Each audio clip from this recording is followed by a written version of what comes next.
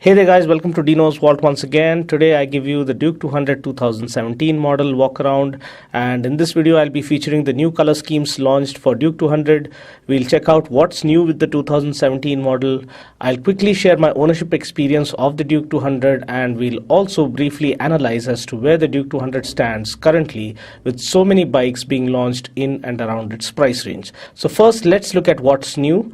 What's immediately noticeable is the new livery that the 2017 Duke 200 gets.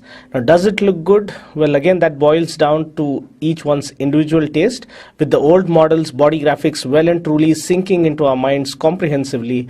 I think this new decal work will take some time to appeal to the audience.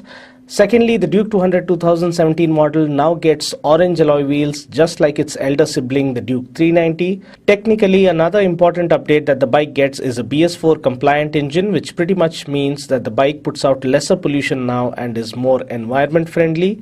Now, all these changes come at no extra cost because the Duke 200 continues to be made available at its existing price of Rs 1,43,500 ex-showroom Delhi.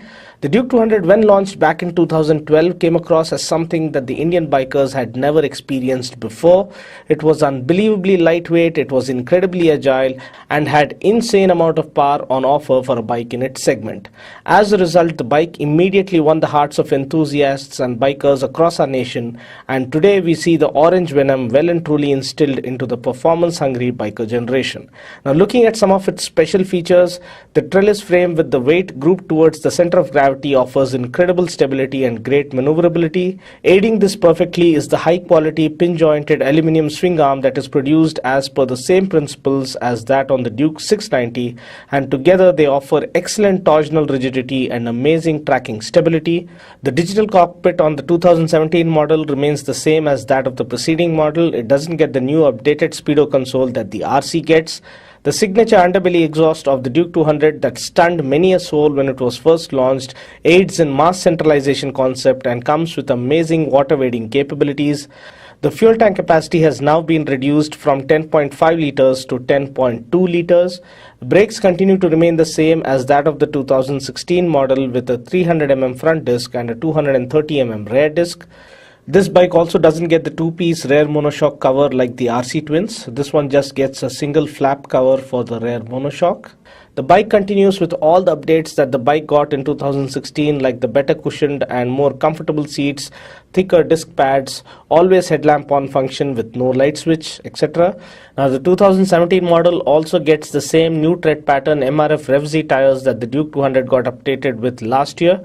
Now, I do have these new tread pattern tires installed on my 2014 Duke 200, and trust me, they do offer better road grip than the older tires that came with the bike.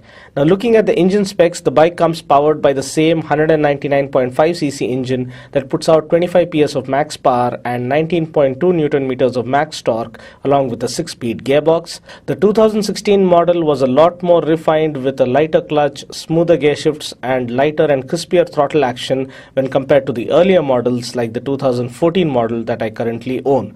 Now, I'm hoping with the BS4 update, the engine would be further refined now. I'll bring you my first ride impression of this new 2017 model soon, so please stay tuned for that. So where does the Duke 200 stand currently? Does it stand unfazed despite the new machines invading the market to eat into its market share? And what makes the Duke 200 so special?